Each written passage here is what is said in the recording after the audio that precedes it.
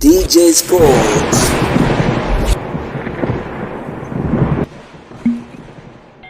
Bwana, klabu ya soka ya Simba imeanza rasmi kufanya sajili za wachezaji ambao watakuja kufanya maboresho makubwa ndani ya kikosi cha wekundu wa Msimbazi Simba, na sofa tumeweza kuona kwamba harakati mbalimbali za kuhakikisha Simba Sports Club wanakamilisha saini za wachezaji kadha ili waje kulipea kikosi hicho cha wekundu wa Msimbazi Simba, ambacho kwa hivi sasa kinaonekana kwa upande wa mashabiki wamemisi kuiona timu yao ikifanya vizuri, lakini pia wamemisi kuona wachezaji wanaosajiliwa katika dirisha dogo la usajili. Sambamba na hilo ni kuhusiana na klabu ya soka ya Simba, hasa mara baada ya kuweza kumalizana na nyota wa kimataifa kutoka taifa la Malawi, moja kati ya nyota wanaokipiga kunako klabu ya soka ya Nyasa Big Bullet. Hapa tunamzungumzia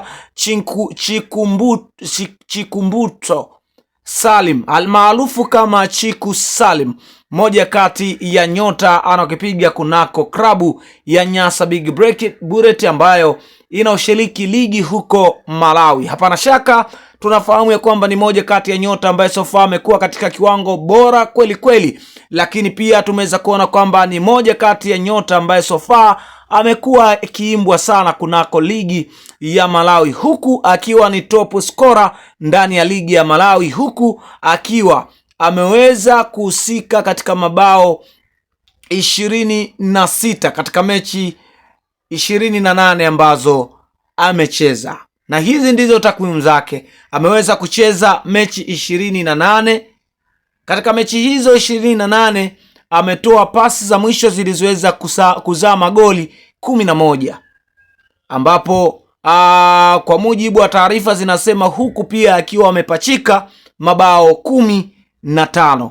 Moja kwa moja mchezaji huyu amehusika katika mabao 26 kunako klabu yake ya Nyasa Big Bullets, na hivi ndiye top scorer wa ligi hiyo ya Nyasa, ligi hiyo ya huko Malawi. Bila shaka ni moja kati ya wachezaji ambao sofa amekuwa akiwavutia wengi kweli katika soka la huko Malawi, lakini si soka la Malawi tu, tumeweza kuona kwamba vilabu mbalimbali Afrika vimekuwa vikimfuatilia kwa karibu nyota huyo, hasa mara baada ya kuweza kuwa gumzo na kufanya vizuri kwenye mechi mbalimbali. Klabu ya soka ya Simba iliweza kumuona nyota huyo, na tumeweza kuona kwamba waliweza kuwasilisha ofa awali, lakini ofa ilikataliwa, na hivyo wameweza kurudi tena. Lakini hata hivyo klabu ya soka ya Simba inakumbana na changamoto ama kazia katika kupigania na saini ya nyota huyo zidi ya klabu ya soka ya TP Mazembe ambayo